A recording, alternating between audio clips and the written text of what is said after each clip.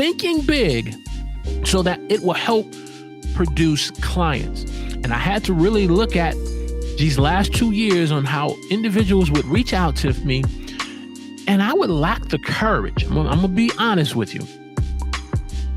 I would lack the courage to be able to say, okay, I spent an hour with you on coaching you about YouTube. The person came to me, and despite what my numbers may look like and what views, they felt I had value to add to them.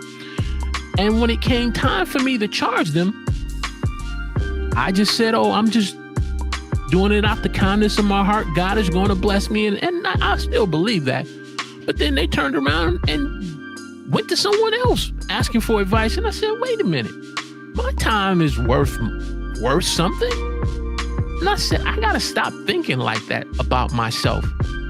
If a person really wants one-on-one coaching and they're coming to me as a client, they should be paying a particular consulting fee, whether it's on, a channel review or how on the next video or how to put a YouTube channel together. They should be paying a consulting fee.